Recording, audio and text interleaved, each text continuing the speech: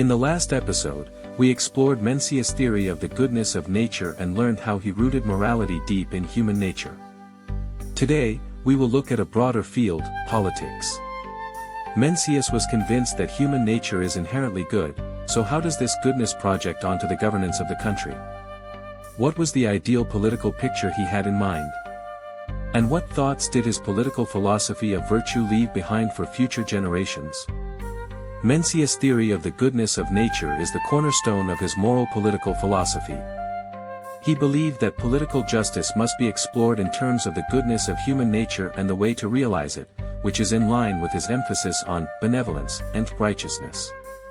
In short, a good political system is first and foremost a manifestation of the personal virtues and character of those who formulate and implement it, which is known as the politics of virtue. Mencius therefore advocated the rule of man based on benevolence and righteousness, which is very different from the rule of law in the modern democratic sense.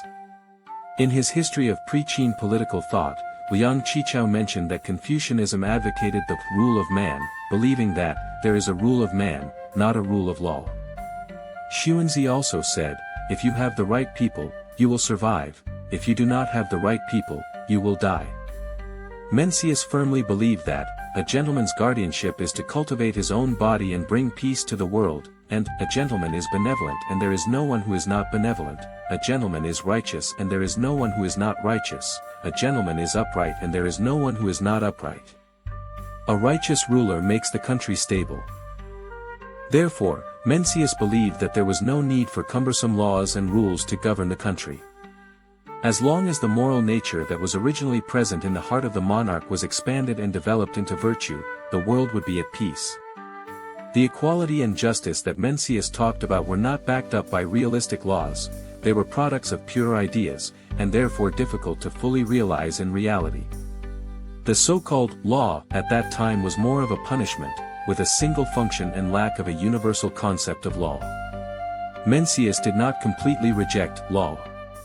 He emphasized that even a benevolent monarch needed a corresponding political system to govern the country. He famously put forward the idea that mere goodness is not enough to govern, mere law is not enough to do so. This suggests that virtue plays a key role in both lawmaking and enforcement. Mencius advocated the unification of human governance with rituals and laws as a way to strengthen the politics of virtue. The benevolent government of a monarch requires both benevolence and a political system based on virtue. According to Mencius, those who formulate laws and social policies must be benevolent, as must those who implement them. He also emphasized the control of the power of the monarch and the responsibility of the government to teach the people morality. He asked people to pay attention to morality and ethics. If a man has a way, if he is full of food and warm clothes, and if he lives in ease without teaching, he is close to the beasts. The sages were concerned about this, and made Qi their disciple to teach them human ethics. Mencius believed in the efficacy of punishment, but emphasized that it should not be overly relied upon, but rather that, the virtuous should be in their positions, the able should be in their offices, the state should be at leisure, and the time should be clear for their government and punishment. He preached moral indoctrination also because he saw the reality that uneven distribution of wealth could easily lead to strife. He believed that people needed to be kind, not greedy, and respect those with virtues in order to live in peace. Mencius advocated that people should follow the example of Yao and shun and maintain moral rules because, the saints, the highest of all human relationships. His standards of benevolence and righteousness were not only required of monarchs but also expected of ordinary people. At the core of Mencius' virtuous political ethics is the preservation and expansion of man's moral humanity. He envisioned a virtuous political system based on the benevolence and righteousness of the monarch and the people, and made benevolence and righteousness the guiding principles of laws and social rules, which continually strengthened and expanded man's goodness, and thus outlined a peaceful social order. In his eyes, the order of benevolence and righteousness followed by society was a kind of heavenly way. Under the guidance of the way of heaven, human beings must not only bring their good nature into play through external moral education to achieve social stability, but also carry out their own moral education in order to comply with the development of their nature and the needs of the external political order. Moral education of the people is necessary for the rule of the state, in which the monarch has to play an exemplary role. When the monarch is honest, the people will be honest, thus forming a humane society. Although Mencius did not explain in detail how the state could fulfill its responsibility of moral education, he cited examples of appointing talented officials, developing agriculture, emphasizing education, and imposing reasonable taxes, all of which reflect the importance he placed on the formulation and implementation of policies for a benevolent state. This is because these policies are closely related to the needs of the people and can safeguard and maintain the benevolence of the people. The fact that a benevolent monarch can safeguard and expand the benevolence of the people is the embodiment of a benevolent state. Mencius believed that an individual's attitude toward family members reflected the degree of morality. Filial piety to parents and respect for teachers and elders can promote self-education of morality in mind and behavior.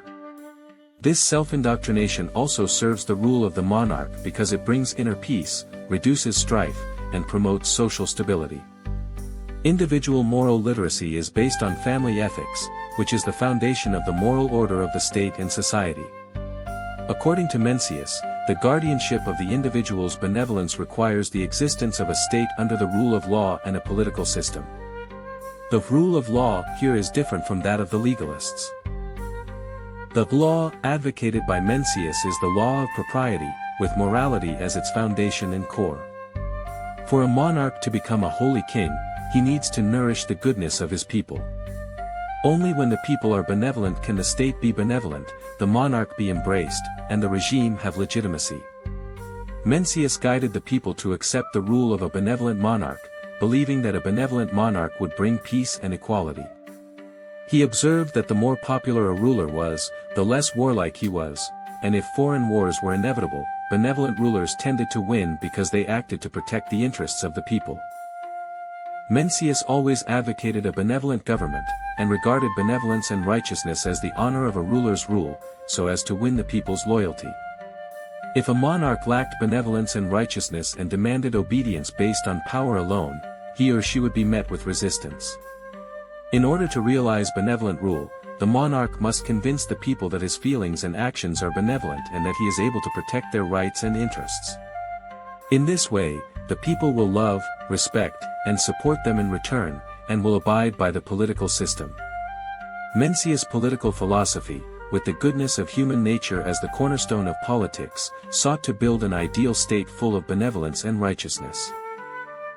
Despite its strong coloring of the rule of man and its seeming limitations in a modern society governed by the rule of law, its emphasis on the morality of the monarch, its concern for the well-being of the people, and its emphasis on moral edification still left a valuable intellectual legacy for future generations.